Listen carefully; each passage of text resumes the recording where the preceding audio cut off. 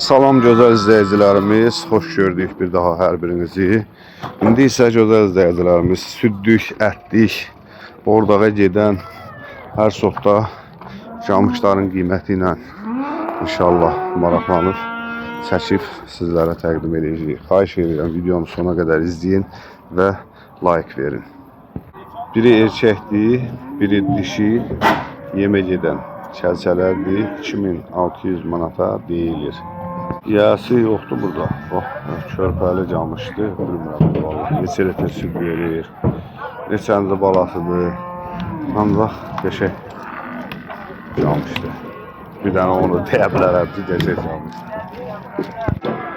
Erkək çəlçələrdir, 950 manatdan deyilir. Bax, 4 dənə 950-dən deyilir, erkəkdir. Buyurun bak.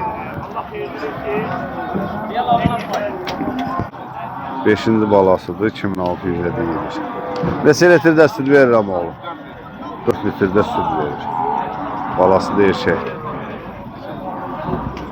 Bunlar da sizindir. O neçə edir?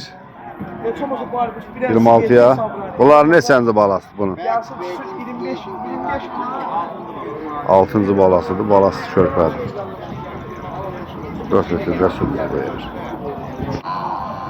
3900 manata deyilir. 5 litr, 6 litrdə yaxşı yedirsən süd verir. Balası da dişidir, körpədir. Neçənci qarnıdır? 4-cü qarın. Camış bazarında elə camış yoxdur. Tap çəkə bilirik. Kim almaq istəsə, bax belə camışlar qiymətləri ilə bağlı sizlərə məlumat veririk. 3700 manata deyilir, 5 litr süd verir, 4-cü balası. Süper camışdır. Balası da körpədən gəlir. Çörpədir, tət balası.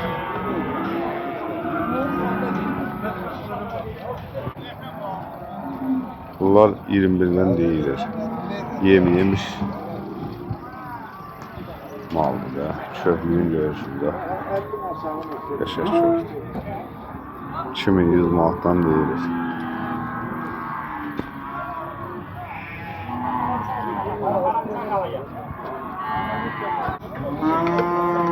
$22 yarım.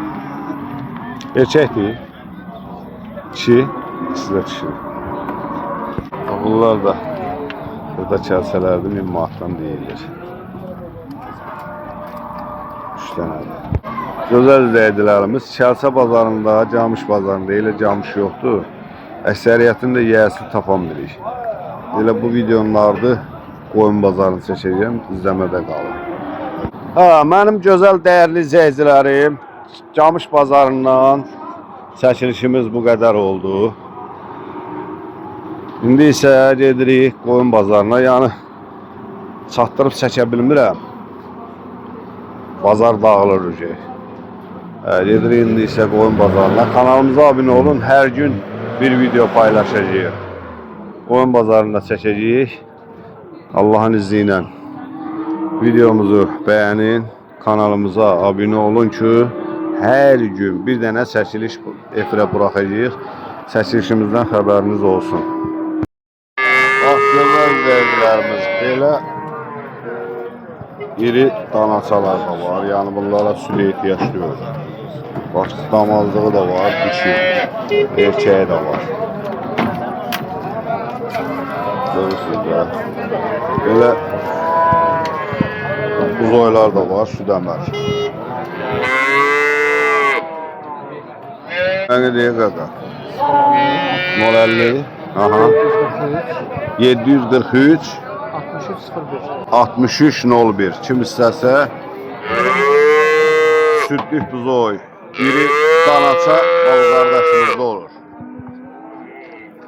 Gözəl izləyicilərimiz, yəni Bərdə bazarında Balakəndən də mal gətiribdirlər, Nazım babam kətisi.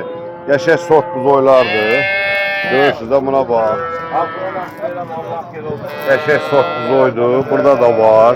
Qardaş, Allah pazar versin. Nömrəni də görək. Nömrəni də görək. 051 051 861 Aha. 861 sonra 4214 nömrəsi ilə zəng vura bilərsiniz. Balakəndə olanlar gəlməsin də, bəri elə orada qardaşımıza zəng vurun, gelib tapıb ala bilərsiniz. Qəşəng sort buzoylar olur. Allah bazar versin.